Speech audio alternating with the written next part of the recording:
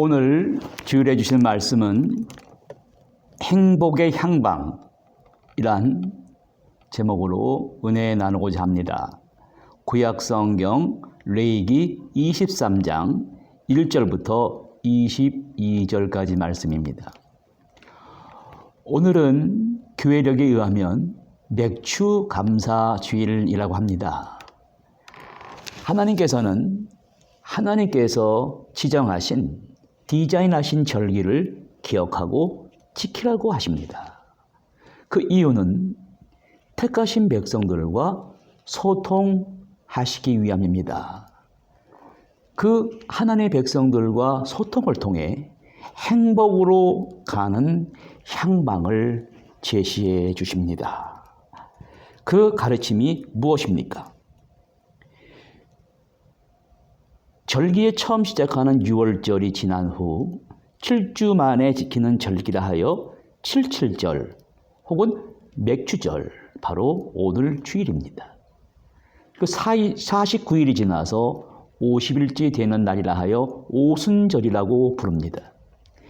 그 첫 열매를 거두어 하나님 앞에 드리는 절기라 하여 초실절이라고 또한 부르기도 하고, 49일이 지난 구약의 맥주절에 밀농사의 첫 열매를 하나님께 드리고 감사했습니다. 특별히 두 번째 수확을 거두게 하신 하나님께서 신약의 맥주절 49일이 지난 50일째에 오순절에 성령이 임하여 신령한 첫 열매 교회를 탄생시키셨습니다. 교회를 우리에게 주셨고, 이 교회를 통하여 행복의 향방을 알고 그 행복감을 누리고 살아가게 하셨습니다. 이 행복감, 이것을 감사하는 절기가 바로 맥주절입니다. 구체적으로 맥주절을 어떻게 지키며 어떻게 감사를 드렸습니까? 본문에 보면 너의 처소에서 10분의 2 에바로 만든 떡 2개를 가져다가 흔들고 이는 고운 가루에 누룩을 넣어 구운 것이요 첫 요제로 여호와께 드리는 것이다. 곡식을 드리는 제사를 소제라고 합니다. 그런데 소제는 요제로 드리라고 했습니다. 요제는 들은 곡식을 흔드는 것을 말합니다. 위로 아래로 앞으로 뒤로 옆으로 흔드는 거예요. 하나님 앞에 제물을 드리는데 이 흔든다는 의미는 감사합니다, 그런 뜻을 가지고 요제를 드리는 것입니다. 또 이 감사 제사의 방법을 생각해 보면 추수 곡식 알을 빻아서 가루로 만듭니다. 그 의미는 우리의 굳어진 마음과 삶을 빻아야 된다는 거예요. 밀가루를 빻을 때 맛있는 빵을 만들려면 아주 가늘게 빻아야 됩니다. 구약 성경의 해석서인 탈무드에 보면 신은 반드시 부셔진 것을 사용하신다고 했습니다. 우리의 바위처럼 굳어진 마음도 곡식처럼 고르고 깨뜨리고 쪼갤 수 있습니다. 나달 그대로인 밀을 가지고는 빵을 만들 수가 없습니다. 쪼개면 쪼갤수록 맛있는 빵이 됩니다. 마찬가지로 교만한 마음, 거짓된 마음을 빻으면 빻을수록 멋있는 인생이 만들어집니다. 바로 거기에 행복이 있음을 제사 방법을 통해 가르쳐 주십니다. 우리의 삶과 교만한 마음을 부수고 잘게 빻아서 낮아진 마음으로 감사로 하나님 앞에 드릴 때 그의 인생은 풍요로운 인생이 되는 것이고, 하나님은 그 제물을 기쁘게 받으십니다. 부수어진 곡식을 가지고 흔든다는 것, 이 자세가 겸손한 마음을 가지고 하나님 앞에 나아간다는 거예요. 부부간에, 부모에게, 자식들 간에, 성도들 간에 서로를 위해 서로의 제물이 되어야 됩니다. 소재가 되기 위해 부셔져야 됩니다. 부셔져서 작아지고 새롭게 만들어 흔들 수 있다면 그러한 성도가 모인 것은 교회는 아름다운 교회가 됩니다. 랄프 알도 메이스라는 사람은 이런 말을 했습니다. 당신이 살아있음으로 인해 조금 더 행복해지는 누군가가 있다는 건 바로 이것이 올바른 성공의 의미입니다. 진정한 행복은 자신이 아닌 타인에게서 찾아야 된다는 거예요. 다른 사람에게 베풀고 행복하게 해주는 가운데 자기 자신도 행복감을 느끼게 된다는 거예요.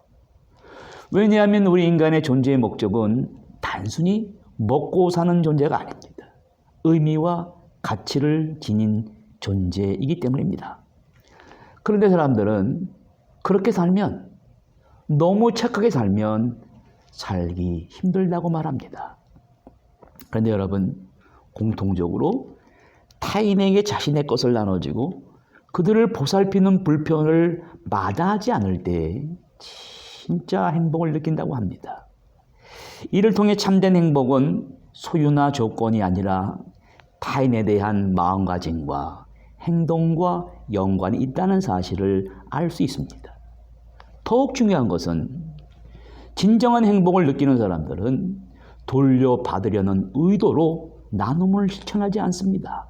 그러나 베푼 만큼 돌아오는 것이 인생입니다. 타인에게 행복을 준 만큼 자기 자신이 더 행복해진다는 말입니다. 스스로 직접 자신만의 행복을 위해 삶을 영위하는 것은 그 자체의 기쁨뿐입니다. 그것으로 끝나는 거예요. 그러나 자기를 희생하면서 남에게 베풀 때 그 기쁨이 2배, 3배로 불어나서 다시 나에게 돌아오게 됩니다. 보세요. 그 베푸는 자체의 기쁨이 있습니다. 두 번째, 타인의 따뜻한 관심과 따뜻한 사랑이 더해집니다.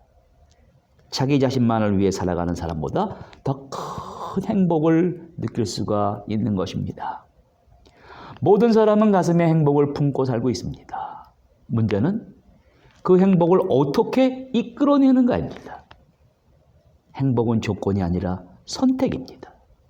행복이 가득 찬 사람은 공통적으로 세상을 긍정적으로 본다는 특징이 있습니다. 그들은 자신의 상황에서 불행한 측면보다는 행복한 측면을 더 발견하고 그로 인해 기뻐합니다. 에런 젤렌스키라는 사람은 이런 말을 해서 우리에게 도전을 줍니다. 행복해지기 위해 조건도 필요 없고 노력할 필요도 없다고 합니다. 우리가 숨가쁘게 노력하는 것은 사실 행복을 위한 일이 아니라 욕망을 채우기 위함이다. 소유나 욕망은 행복해지는데 장애가 된다는 말이에요.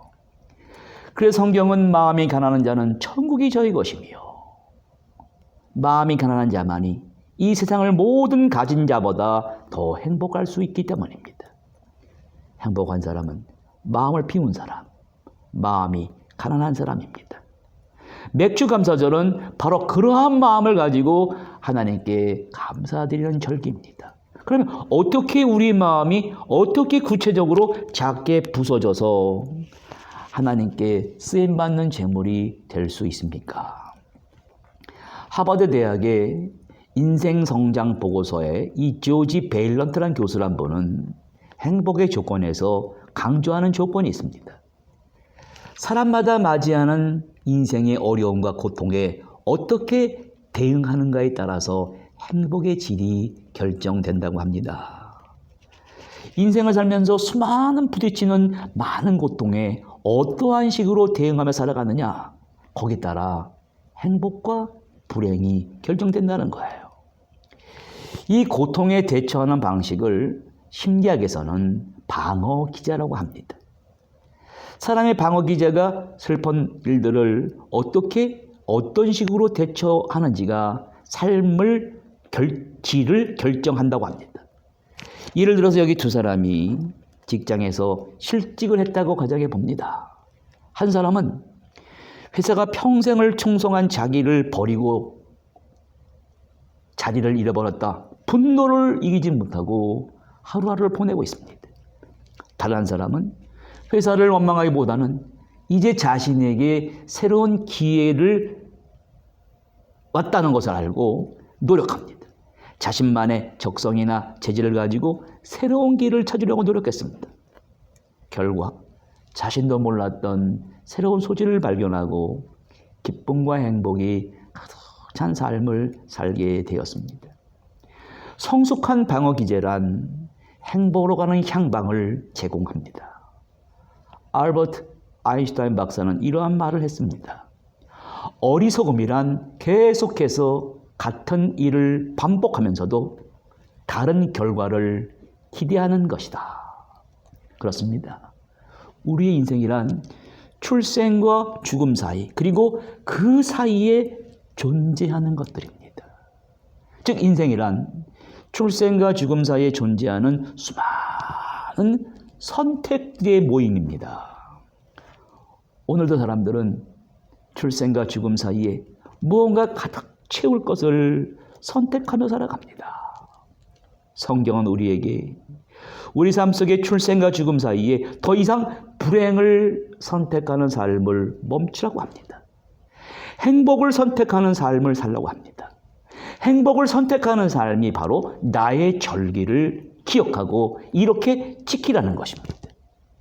18절 말씀을 보시면 너희는 이 떡과 함께 1년 된 흠 없는 어린 양 7마리와 어린 수소 1마리와 숫양 2마리를 드리되, 이런 말씀이 나와요. 번제란 제물이 짐승입니다. 번제를 드린다는 것은 짐승이 살아있는 것을 드리는 것이 아니라 죽은 것을 드리는 것이 아니라 살아있는 것을 죽여야 됩니다. 소를 죽인다는 것은 쉬운 일이 아닙니다. 제사장은 처음 찔러서 나오는 피를 제단에 뿌리고 회장들에게 뿌립니다. 그 광경과 제물의 모습을 한번 생각해 보시기 바랍니다. 우리가 주를 위해 산다는 것이 이런 것입니다. 일단 자기를 부인하는 거예요. 내가 죽는 것입니다. 완전히 깨끗해진 모습이 헌신입니다. 다르게 얘기하면 우리가 사심 없이 하나님을 위해 살겠다는 것이 진정한 헌신입니다. 여기에 진정한 행복이 있습니다. 그러므로 구원을 보존하는 방법이 무엇인가? 구원을 얻은 다음에 구원을 많은 사람들이 쉽사리 잊어버립니다. 우리가 구원을 이 땅에서 누리는 방법이 무엇인가? 내가 낮아지고 나를 부인하고 감사하는 것입니다. 특히 이웃과 더불어 감사하는 사람의 인생이 행복하고 즐거운 인생이 된다고 이렇게 말합니다. 레위기 23장 22절에 새로운 번역에 이렇게 번역을 했습니다. 너희가 땅에서 곡식을 거두어 드릴 때에는 밭의 가장자리까지 거두지 말고 떨어진 이삭을 다 줍지도 마라. 가난한 사람과 외국인을 위해 남겨두라. 나는 하나님 너희의 하나님이라. 대문호요 소설가인 톨스토이는 이렇게 말했다고 합니다. 중요한 때란 단 한 번뿐입니다. 바로 지금입니다. 그것은 우리가 힘을 지니고 있을 유일한 때이므로 가장 중요한 시간이요. 가장 필요한 사람은 지금 당신과 함께 있는 사람입니다. 어떤 사람도 자신이 누구와 인연을 맺게 될지 알 수 없기 때문입니다. 또한 더욱 중요한 일은 그에게 선을 베푸는 것입니다. 왜냐하면 사람은 바로 그 목적을 위해 이 땅에 태어났기 때문입니다. 세상에는 두 종류의 사람이 있습니다. 자신이 세상에 왜 태어났는지 존재를 통해 행복을 누리는 사람이 있고, 가진 것을 부여잡고 소유를 통해 행복을 누리는 사람이 있습니다. 후자는 밥 모퉁이를 가난한 사람들을 위하여 남겨두지 않는 삶을 선택한 사람들과 같습니다. 그들은 불행합니다. 왜 불행합니까? 소유하지 못한 지금이 이 순간이 아닌 좀 더 많은 것들을 소유했을지 모를 미래를 붙잡고 살아가기 때문에 염려하고 걱정하고 불행해질 수밖에 없는 것입니다. 여기 이러한 놀라운 연구 결과가 있습니다. 행복과 인간의 건강이 비례한다는 거예요. 하버드 의대에서 실시한 실험은 누군가 돕는 사람들의 면역 항체가 이전보다 증가한다는 사실이에요. 더구나 누군가 타인을 돕는 행위를 보는 것만 해도 간접적인 체험만으로도 면역력이 증가한다는 것입니다. 그 이유가 무엇입니까? 사람의 몸이란 본질적으로 타인을 도와주는 상태가 가장 최고의 컨디션이므로 몸이 먼저 알고 반응하기 때문이라고 합니다. 반면에 내 이웃이 굶어 죽든 말든 상관하지 않고 자신만 돌보는 사람들은 어떻게 됩니까? 스트레스를 받습니다. 우울증에 취약해지게 됩니다. 몸의 건강의 측면을 떠나서 우리는 타인을 도와줄 때 정신적으로 큰 유익을 얻게 됩니다. 행복과 보람을 느끼며 가치 있는 일을 했다는 자각을 통해 삶의 의미를 찾을 수가 있습니다. 면역력이 향상될 뿐만 아니라 몸도 건강해지고 자아와 정체성이 함께 발달해 갑니다. 지금까지 이타주의가 자기 긍정으로 이어지고 자기 긍정이 자아 발전으로 이어지는 선순환이 이루어지게 됩니다. 그렇다면 내가 이웃에게 하는 봉사는 나의 것을 단순히 베푸는 것이 아니라 서로 도움을 주고받는 아름다운 나눔인 것입니다. 구약 성경의 맥주 감사 제사의 본질은 바로 그러한 행복 지수의 증가에 있는 것입니다. 하나님과의 커뮤니케이션, 바로 소통입니다. 옛날에는 곡식이나 동물의 제사를 통해 하나님은 당신의 뜻을 전달하셨습니다. 그것이 상징하는 바는 하나님께서 인생을 향하신 뜻을 제사 방법을 통해 말씀하신 하나님께서 바로 오늘은 그의 아들 예수 그리스도를 통해 소통하시고자 합니다. 사도 바울을 통해 로마서 12장에 이렇게 말씀해 주십니다. 너희 몸을 하나님께서 기뻐하시는 산 제사로 드리라. 이것이 너희의 드릴 영적 예배니라. 여기에 진정한 인생의 행복이 있다고 합니다. 여러분, 행복에는 성질이 있습니다. 흐르는 물을 닮았습니다. 물은 높은 곳에서 낮은 곳으로 흘러가듯이 행복은 낮은 곳으로 흘러가면서 자신을 비워내는 물을 닮았습니다. 행복은 오늘도 물처럼 낮은 곳을 바라보고 흘러가기 때문에 높은 곳을 향해 갈 때는 행복할 수가 없는 것입니다. 불만으로 가득 차 있는 사람은 우리 삶의 행복이 흘러들어올 수가 없습니다. 그것이 바로 행복을 가로막기 때문입니다. 낮은 마음을 품지 않는다면 타인을 자기 자신처럼 생각하고 도와줄 수가 없습니다. 스스로 낮춰야 비로소 타인을 섬길 수 있고, 이렇게 낮아진 마음으로 행복이란 물이 흘러 들어와 넘치게 됩니다. 그래서 큰 파도를 이루고 대양을 이룹니다. 큰 대양과 파도가 되기 위해서는 내가 낮아져야 됩니다. 오늘 행복을 가로막는 것이 있습니다. 이기주의나 자신에 대한 잘못된 집착입니다. 오늘 성경은 우리에게 강력한 질문을 던집니다. 당신은 감사하면서 이웃과 같이 나누면서 만족하는 삶을 사는가? 아니면 자신이 최고라고 여기며 자신에만 집착하며 불행의 길로 행복의 늪으로 빠져 들어갈 것인가? 행복의 향방의 절정이 바로 여기에 있습니다. 타인을 돕기 위해 무엇을 구체적으로 해야 됩니까? 해답은 친절입니다. 친절을 베푸는 행동은 선행의 동시에 일종의 몰입을 경험하게 된다고 합니다.